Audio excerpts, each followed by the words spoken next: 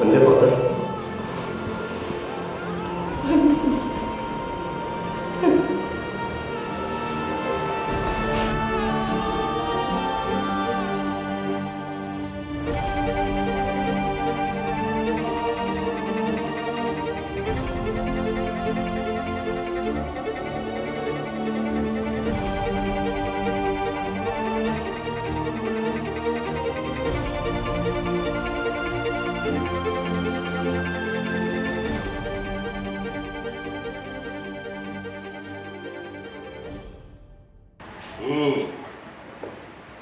তুমি যে লোকের বর্ণনা দিলে স্যার ভারতবর্ষের এরকম লোক কিন্তু পাওয়া যাবে স্যার, সেই দেহ স্যার।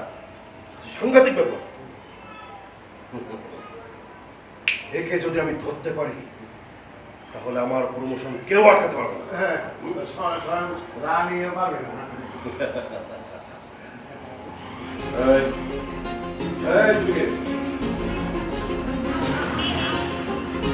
আমি বলছি কেন খেলবি আমাকে যাও।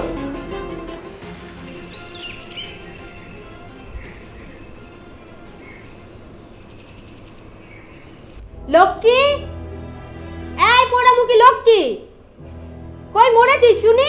ফিরে আসতেছি।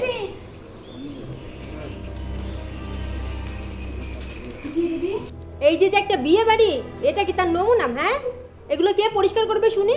আমি নিজের হাতে পরিষ্কার করে দেই। দিদি একটু পরে করে দিচ্ছি। একটু পরেই করে দিতেছি। যা এক্ষুনি পরিষ্কার কর। ঠিক আছে দিদি, এক্ষুনি দিয়ে দিচ্ছি। সারাদিন শুধু ডং করে বেড়াবি।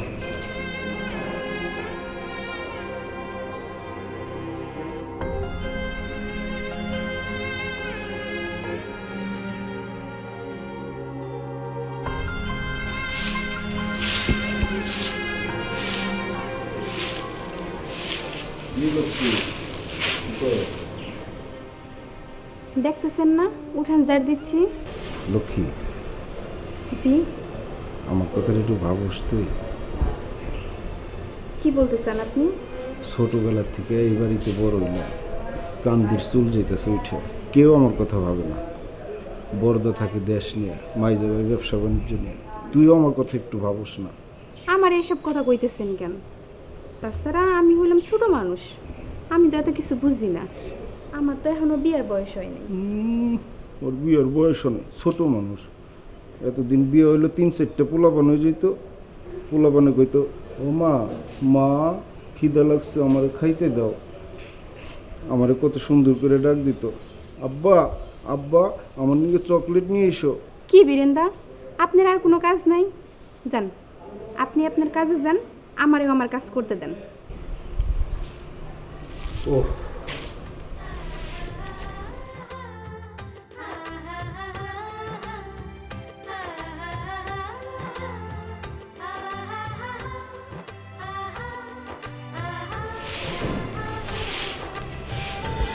কি ব্যাপার, কথা বলছো না কেন?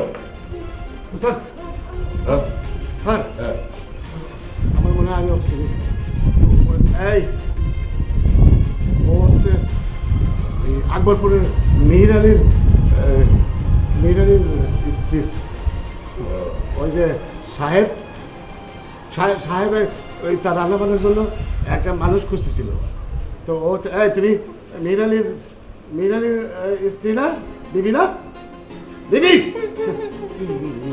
কি ব্যাপার, কেন আসতে বলেছো? ওই যে সাহেব আসতে বলছো। আচ্ছা তুমি এখন কেন আসছো না?